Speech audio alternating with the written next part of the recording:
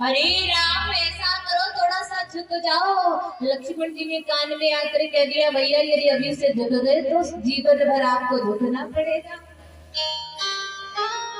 आज भगवान राम नहीं झुक रहे। जब लक्ष्मण जी ने देखा भैया ने हमारी बात मान ली, प्रभु राम का चरण वंदन करने के लिए आए, इन्हें आशीर्वाद देने को भगवान राम झुके। यही समय पाकर सीता जी ने प्रभु के गले में वरमाला डाल दी।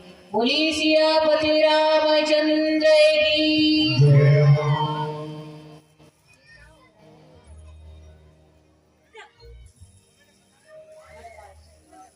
धनुष को टूटने के एक घोर होकार हुई, घोर आवाज हुई। परशुराम जी का सिंहासन हिलने लगा। परशुराम जी ने समझ लिया अवश्य हमारे प्रिय शिव जी के धनुष पर कोई गाढ़ा कष्ट है। जनक जी के महलों में आए, जैसे ही आकर भीड़ देखी, चिल्लाकर बोले, राजा जनक ये बताओ ये यहाँ भीड़ कैसी लगी? आगे बढ़कर क्या देखा है? वो धनुष जो है टूटा पड़ा है। बड़ा क्रोध आया।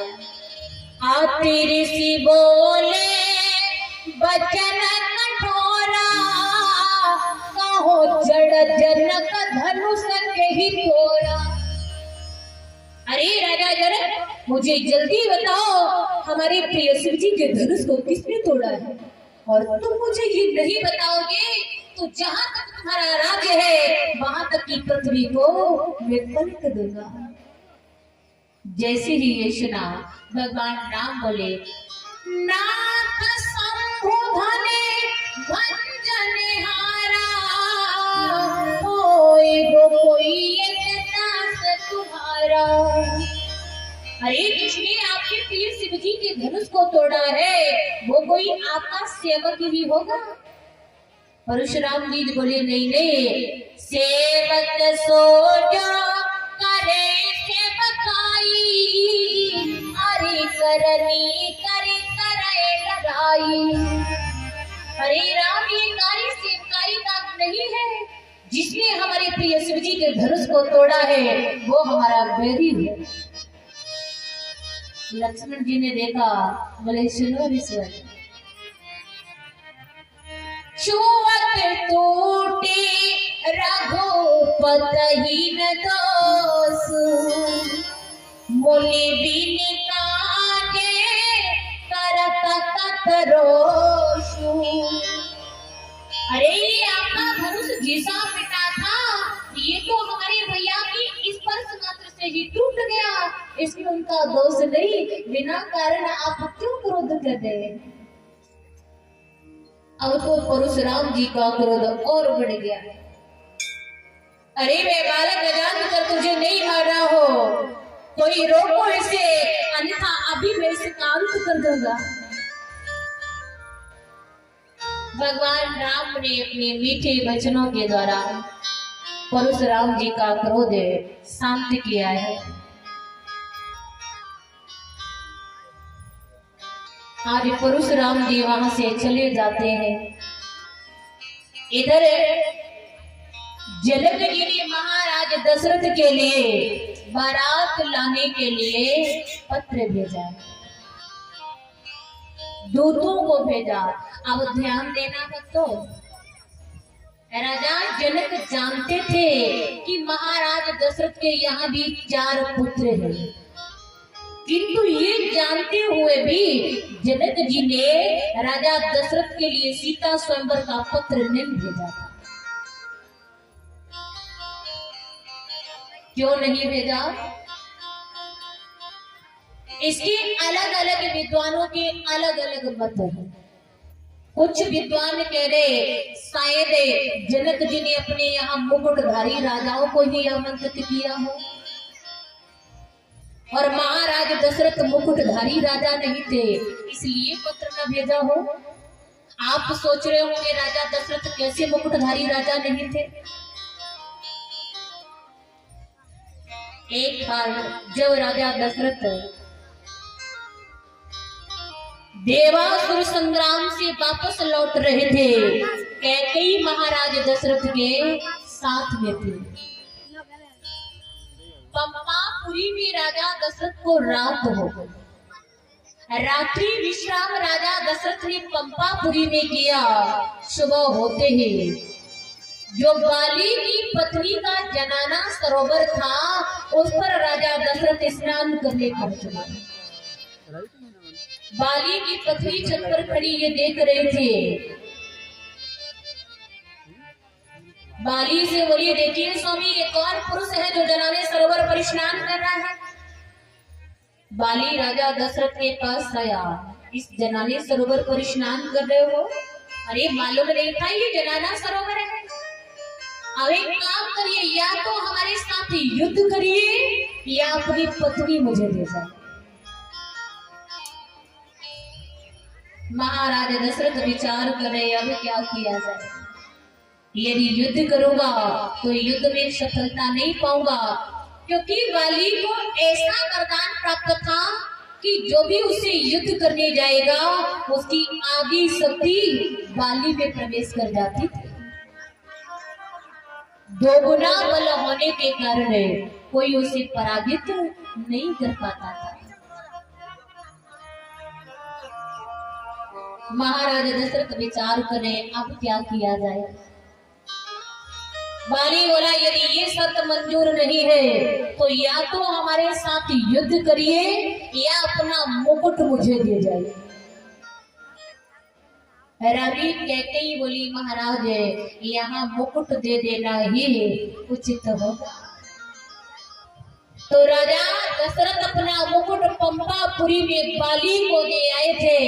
शायद जनक जी ने इसीलिए न बुलाया हो कि ये मुकुटधारी राजा नहीं है, इसका और भी कारण है। एक बार ब्रह्मा जी की सभा से सभी राजाओं के लिए पत्र आया, कोई भी राजा हमारे यहाँ कच्चे धागे से पानी भरे आते। सब राजा वहां पहुंचे हैं। राजा दशरथ भी जाने की तैयारी करने लगे। मंत्री बोला, महाराज इतने से काम के लिए आप वहां जाएंगे? इस काम को तो मैं सफल बना लूंगा, इसलिए आप मुझे भेज दो। महाराज दशरथ ने अपने मंत्री को भेज दिया। उस सभा में सभी बैठे हुए थे, जनक जी भी बैठे हुए थे। वहां कोई भी कच्चे धागे से पानी नहीं भर पाया। राजा दशरथ के मंत्री ने वहां पानी भरा। शायद इसीलिए पत्र ना भेजा हो। उसके यहाँ तो ऐसे काम मंत्री नौकर भी कर लेते हैं, और उसने किसी बालक अपने पुत्र को न भेजकर किसी मंत्री को भेज दिया, नौकर को भेज दिया, और उसी ने आकर धनुष तोड़ दिया, तो उसी के साथ सीता का विवाह करना पड़ेगा।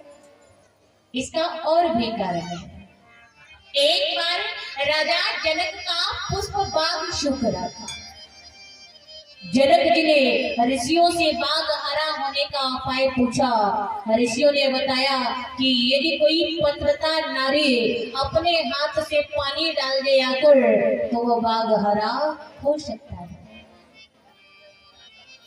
जनक जी ने सब राजाओं के लिए पत्र भेजा। जिस राजा की रानी पतिव्रता हो वो अपनी रानी को लेकर हमारे राज्य में आए। हमारा पुष्प बाग सूख रहा है और वो बाग तब हरा होगा जब कोई पतिव्रता नारी इसमें पानी डालेगी। ये पत्र महाराज दशरथ के लिए भी आया। राजा दशरथ चिंतित होकर बैठे गए। शायद हमारी रानियों में से कोई पतिव्रता नारी न हुई। रानी कैकेयी ने महाराज को उदास देखा, चिंता का कारण पूछा। राजा दशरथ ने बता दिया। रानी कैकेयी बोली, महाराज इतनी सी बात और उदास हो गए। अरे जनक जी के लिए सूचना करवाओ कि हमारी रानी कैकेयी आपके बाग में पानी डालने आएगी। महाराज दशरथ ने सूचना करवा दी है। जनकपुर में कैकेयी के आगमन की तैयारियां होने लगी। जिस दिन कैकेयी को जनकपुर जाना था, सुबह सुबह उठकर तैयार होने लगी। मैतरानी महलों की सफाई कर रही थी। मैतरानी बोली, महारानी जी इतनी सुबह सुबह श्रृंगार करके गहने पहन के कहाँ जा रही हैं आप? रानी कैकेयी बोली, मैं जनकपुर जा रही हूँ क्योंकि वहाँ पतिव्रता नारी की तलाश है। मैतरानी बोली, महारानी जी इतनी से काम के लिए आप वहां जाएंगी? अरे इस काम को तो मैं सफल बना लूंगी, आप मुझे भेज दो। रानी कैकेयी बोली, क्या तू पतिव्रता नारी है? मैतरानी बोली, महारानी जी आप हमारे इस जन्म की बात कर रही हैं। अरे मुझे तो पिछली 7 जन्मों तक की याद है कि मैं 7 जन्मों से पतिव्रता नारी रही हूँ। रानी कैकेयी ने मेहतरानी को भेज दिया। रथ पर सवार होकर मेहतरानी आई है जनकपुर। राजा जनक स्वागत के लिए आए। मेहतरानी दूर से ही चिल्लाने लगी, महाराज मैं रानी कैकेयी नहीं, मैं उनकी मेहतरानी हूँ। मेहतरानी ने अपने हाथ से पानी डाला जिससे वो बाग हरा हुआ। शायद इसीलिए पत्र न भेजा हो कि उसके यहाँ तो ऐसे काम मंत्री नौकर भी कर लेते हैं, और उसने किसी बेटे को न भेजकर ऐसे ही मंत्री नौकर मेहतर को भेज दिया और उसने आकर धनुष तोड़ दिया तो उसी के साथ विवाह करना पड़ेगा। ऐसा विचार करके पत्र नहीं भेजा था। जब भगवान राम ने धनुष तोड़ दिया, अब दूतों के द्वारा सूचना पहुंचवाई है। अवधपुर से बारात तैयार होकर जनकपुरी में आई है। जनकपुरी दुल्हन की भांति सजी हुई है। सीता स्वयंवर की तैयारियां हैं। बड़ा स्वागत सत्कार हुआ बारात का। वहां चारों भाइयों के विवाह हुए। भगवान राम का विवाह सीता जी के साथ, लक्ष्मण जी का विवाह उर्मिला के साथ, भरत जी का विवाह मांडवी के साथ और शत्रुघ्न का विवाह श्रुतकीर्ति के साथ हुआ। चारों भाइयों के विवाह हुए। जब बाराती भोजन कर रहे थे तो जनकपुर की सखियां ज्योनार गाने लगी। क्या? श्री राम को दे रही गाली, श्री राम को दे रही गाली, है सरहदशाली खड़ी खड़ी, है सरहदशाली खड़ी खड़ी, है सरहदशाली खड़ी खड़ी, है सरहदशाली खड़ी खड़ी। श्री राम को दे रही गाली, श्री राम को दे रही गाली, है सरहदशाली खड़ी खड़ी, सरहदशाली खड़ी खड़ी, है सरहदशाली खड़ी खड़ी। क्या बोली जनकपुर की सखियां? है आपस में रीति अकेली, है आपस में रीति अकेली, है आपस में रीति अकेली, कहने में आवे हंसी बड़ी, कहने में आवे हंसी बड़ी, कहने में आवे हंसी बड़ी। मेरी पति के लालन होवे, मेरी पति के लालन होवे, मेरी पति के लालन होवे, मेरी पति के लालन होवे। कोई खीर खाई नहीं खड़ी खड़ी, कोई खीर खाई नहीं खड़ी खड़ी, कोई खीर खाई नहीं खड़ी खड़ी।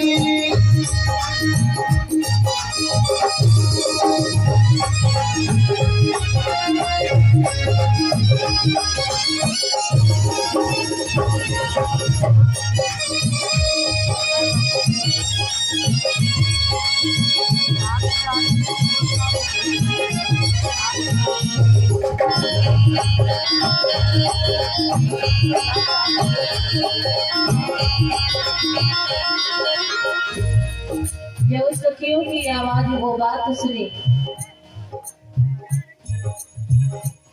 लक्ष्मण जी बोले भैया आपने मुझे समझाया था कि सखियां जो कहें कहने देना, आप कुछ मत कहना। अब देख रहे हो ना भैया ये सखियां क्या कह रही, कहाँ तक चुप रहा जाए। भगवान नाम बोले भैया यदि नहीं माने तो तुम्हें भी जो कहना कह लो। लक्ष्मण जी बोले सुनिए सखियों, तब लक्ष्मणियो हंसी बोले, तब लक्ष्मणियो हंसी बोले, लक्ष्मणियो हंसी बोले, तब लक्ष्मणियो हंसी बोले, है रीति यहाँ की और बड़ी है, रीति यहाँ की और बड़ी है, रीति यहाँ की और बड़ी। अरे हमारे यहाँ की तो यही रीति है कि खीर खाने से बालक पैदा हो गए, किंतु तुम्हारे यहाँ की क्या रीति है? हलके तन बाप चलाए, हलके तन बाप चलाए,